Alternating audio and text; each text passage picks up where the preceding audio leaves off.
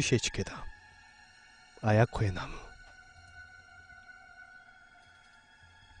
내가 다니던 초등학교에 아야코의 나무라는 것이 있었다. 무슨 종류인지 모르지만 줄기가 굵고 멋진 나무였다. 왜 아야코의 나무라고 하는지는 모르겠다. 사람들이 그렇게 불렀지만 유래는 아무도 모른다. 이런 이름을 가진 나무라서 여러가지 무서운 괴담이 있었다.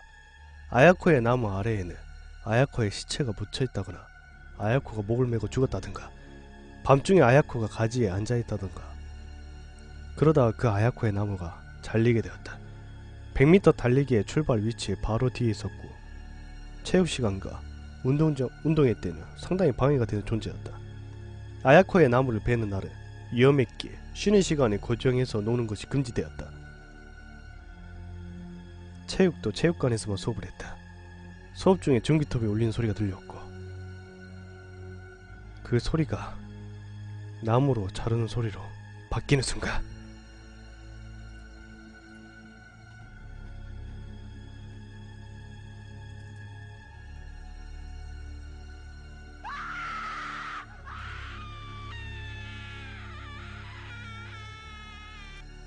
남자인지 여자인지도 모를 만큼 뒤틀린 목소리가 들리기 시작했다. 어디서 들려오는지는 모른다. 교실에서 들려오는 것 같지만 저 멀리서 들려오는 것 같기도 하다. 선생님은 잠시 수업을 중단하고 복도로 나와 다른 선생님과 이야기를 하기 시작했다. 그동안에도 정체에 모를 소리는 계속 들리고 있었다. 몇 분 후 우리는 교실로 돌아가기로 했다. 돌아가는 중에도 소리는 계속 들려온다. 그리고 아야코의 나무가 완전히 베이자 마침내 그 소리가 그쳤다. 그날은 아무것도 하지 않고 그대로 학교를 마쳤다. 그리고 그날 밤에 학부모 모임이 있어서 다음날은 쉬게 되었다. 학부모에게 누군가의 방송실에 침입해 장난을 쳤다고 설명했다. 다음날 친구와 학교에 가봤지만 교문이 닫혀있어 들어갈 수가 없었다.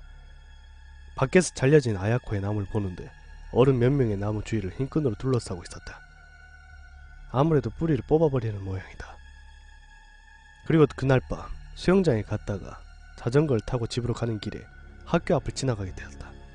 그러다가 아무 생각 없이 아야코의 나무가 있는 곳을 봤는데 아야코 나무 그루터기에 여자가 앉아있는 것이 보였다. 우리 학교는 한 군데만 야간 조명이 있었는데 아야코의 나무 바로 옆에 있었다. 그래서 멀리서 제법 뚜렷이 보였다. 틀림없이 여자가 그루터기 위에 앉아있었다. 밤 10시가 넘는 시간에 여자가 혼자서 아야코의 나무에 앉아있다. 아야코다. 틀림없이 아야코다. 무서웠지만 내일 아이들에게 말할 생각을 하니 반가웠다. 빨리 집으로 가려고 손을 내는데 동네에 방송이 흘러나왔다. 이런 시간에 방송이 나오는 일은 좀처럼 없는 일이다. 자전거를 세우고 들어보니 아무래도 초등학생 여자가 실종된 것 같다. 초등학생 여자. 아까 그 나무에 앉아있던 여자가 머리를 스쳤다. 그 아이일까? 근데 왜 그런 곳에 앉아있지? 솔직히 무서웠지만 여자만 찾으면 나는 영웅이 되는 것이다.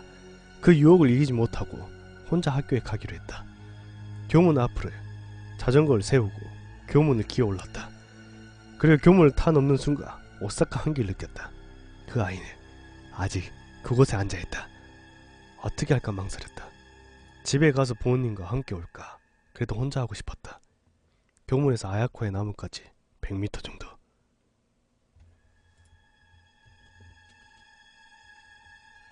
조마조마한 마음을 억누르며 아야코의 나무로 다가갔다. 여자애는 고개를 숙이고 그루터기 위에 앉아있다. 무서웠지만 여기까지 와서 그냥 돌아갈 순 없다.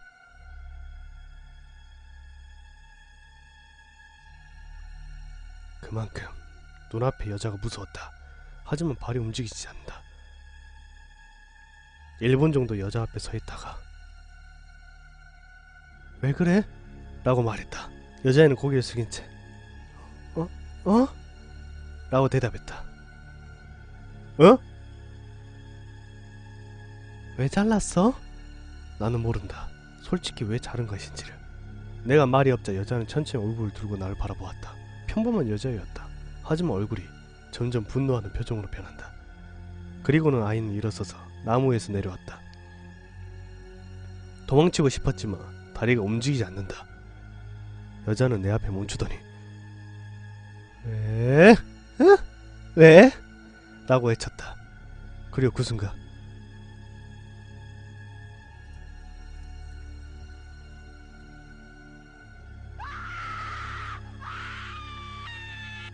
그 목소리가 학교에서 들려왔다. 나는 그 소리에 정신을 차리고 도망치기 시작했다.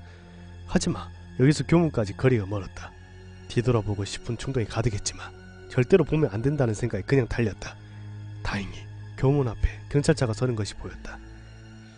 살았다. 눈물이 나올 정도로 기뻤다. 나는 살려달라고 정신없이 외쳤다. 경찰이 왜 그래? 뭐 있어? 라고 물어도 대답할 수가 없었다.